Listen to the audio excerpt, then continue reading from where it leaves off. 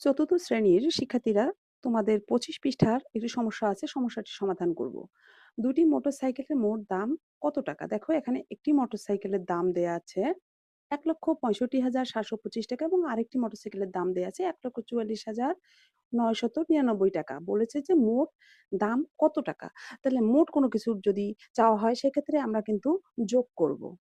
তাই আমরা ওই সংখ্যা দুটোকে, টাকার পরিমাণটাকে গাণিতিক বাক্য হিসেবে যোগ প্রক্রিয়ায় সাজিয়েছি। এখন আমরা যোগ করব। দেখো, যোগের ক্ষেত্রে আমরা সহজ নিয়ম অবলম্বন করব। অর্থাৎ প্রথমে আমরা স্থানগুলোকে সাজিয়ে নিব। দেখো, এখানে ৬ টি অঙ্ক আছে, তাই আমি ৬ টি স্থান পর্যন্ত সাজিয়ে নিয়েছি। একক, দশক, শতক, হাজার, অযুত, লক্ষ। এখন আমরা প্রত্যেকটা দুটো সংখ্যার অঙ্কগুলোকে তাদের স্থান অনুযায়ী বসিয়ে দিব।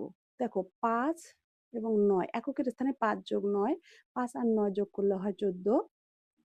দশকের স্থানে ২ আর ৯, ১১। শতকের স্থানে আছে ৭ এবং ৯, ৭ আর ৯, ১৬। হাজারের স্থানে আছে ৫ এবং ৪, ৫ ৪ ৯।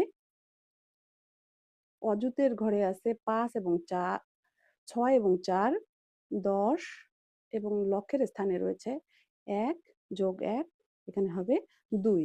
এখন দেখো, আমরা যে মানগুলো পেলাম, এখান থেকে আমরা মূল যে সংখ্যা রয়েছে তার যোগফলটাকে কিভাবে নির্ণয় করব?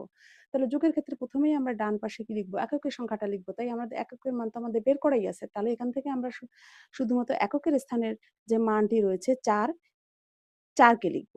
এখন দেখো, এই ৪ এর মধ্যে আরেকটি ১ কিন্তু আছে। এই ১ চলে যাবে এই ১১ র সঙ্গে। দশকের ঘরে গিয়ে যোগ হবে। এখানে ১১ আর ১ যোগ করলে হয়ে যাবে ১২।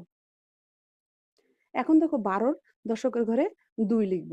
এই যে ১ রয়েছে, এ চলে যাবে শতকের স্থানে। তাহলে ১৬ যোগ ১, এখানে এ হয়ে যাবে ১৭। ১৭ থেকে এখানে আমরা শতকের ঘরে লিখব ৭। এখানে ১ রয়েছে।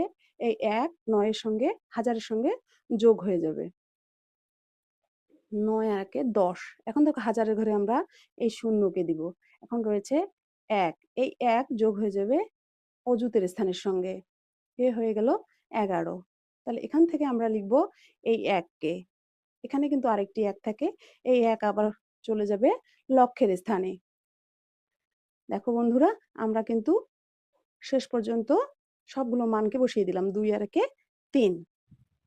তাহলে আমাদের মোট টাকার পরিমাণ হলো একক, দশক, শতক, দেখো, ৩,১০,৭২৪ টাকা।